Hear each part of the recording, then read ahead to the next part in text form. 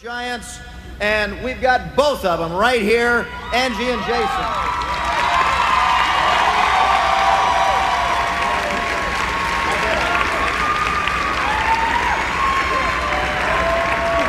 Yes, I'm the Californian, okay?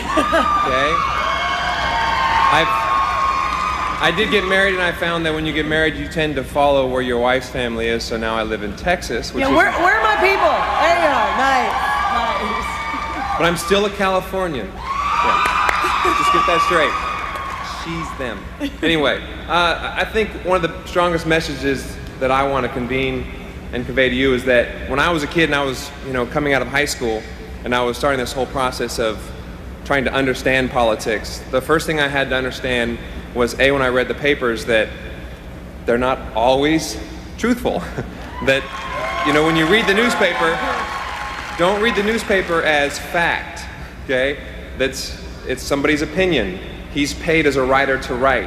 And it took me a while to figure that out because as a kid, when I was growing up, I would read the sports sections only, and that was fact. If a guy was 3 for 4, it said he was 3 for 4. I believed everything I read. And then as I got older and started reading more of the paper, I realized that there were a lot of opinions attached to those articles. And it got a little frustrating because I'd hear from my mom or my dad or grandpa, and he'd go, no, it's not really like that. He goes, what you have to be careful of are the headlines. And I urge you to understand the issues that surround us and you. They are a little bit different. Everybody always says, you're the future. Well, in essence, you are. You're the future leaders of this country. You are the people that, hopefully when I'm retired and sitting on my porch somewhere, you'll be running this country in Texas. Efficiently and effectively so that I can do that. The other thing I would say is formulate your own opinions. As a kid growing up, my mom thought one way. I agreed with her on most things, not all things, but I had to formulate my own opinions.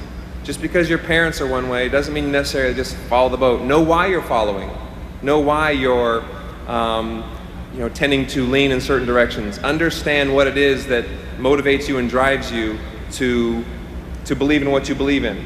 Our parents are wonderful role models. They teach a lot of wonderful things. They've based their opinions on their life. You need to base your opinions on your life.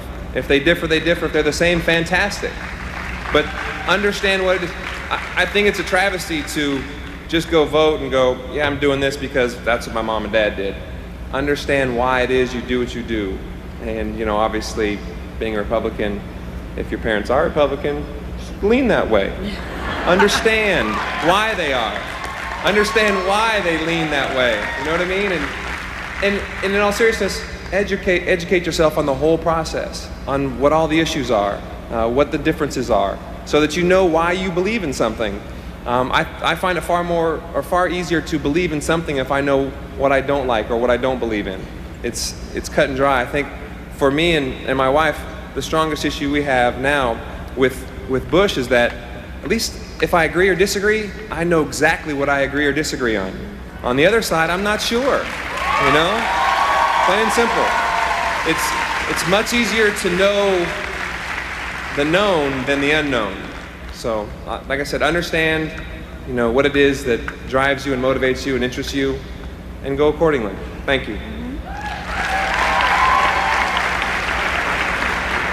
This whole experience has just been so wonderful and eye-opening. And as I look out over all these young and fantastic faces, I'm just so impressed and so proud of you guys. I mean, the youth of today, you're just so strong and so fantastic. And it really is just such a privilege to be in this country. And I'm just so proud of the ones who are here today. I mean, it really is encouraging to know that you guys care about what happens in our country, that you recognize that this country was based on morals and ethics and values, and that's not exactly what is shown today to be popular. And that touches me in my heart. It really, really does, because I now have a 10-month-old daughter, and I worry for her. I worry that the people who she looks up to, who will be you guys, and the ones who are a little bit younger than you, that you know how to carry yourselves, that you know the differences between right and wrong, and you have those morals and ethics and values that are instilled in just the veins of this country and what it was built on. So I just congratulate you and I commend you for being here and for caring about what happens to your country. I myself have always been so fearful of politics. I never want to discuss it. I never want to talk, because it always becomes some heated argument with whoever you're talking about. You know, they say you don't talk about taxes, religion, and politics.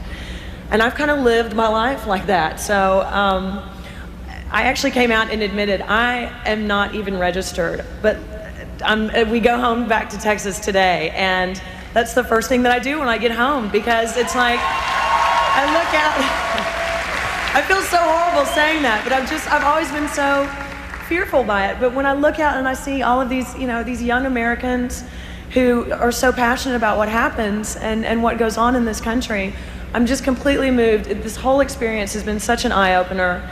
And I do realize that now that I do have a baby, I do have to take stands on certain things, and that's going to upset people. I'm not going to agree with everybody. Everybody's not going to agree with me, and that's okay. That's what this country is based on. You're allowed to have your opinion. It's your God-given right to have your opinion. And I just, like I said, I'm really, really thrilled for everyone here. It's just so uplifting, and I'm really proud of you. Thank you so much for caring. Know this, know what you stand for, what you do not stand for, and have the courage to live your life accordingly, because that's what will get you through anything. That and the man upstairs, and I just commend you for being here. We are now going to introduce Michael Mack from the great state of California. And he was elected last summer to serve as the chairman of the Young Republican National Federation. So let's give a big welcome to Michael Mack. Thank you.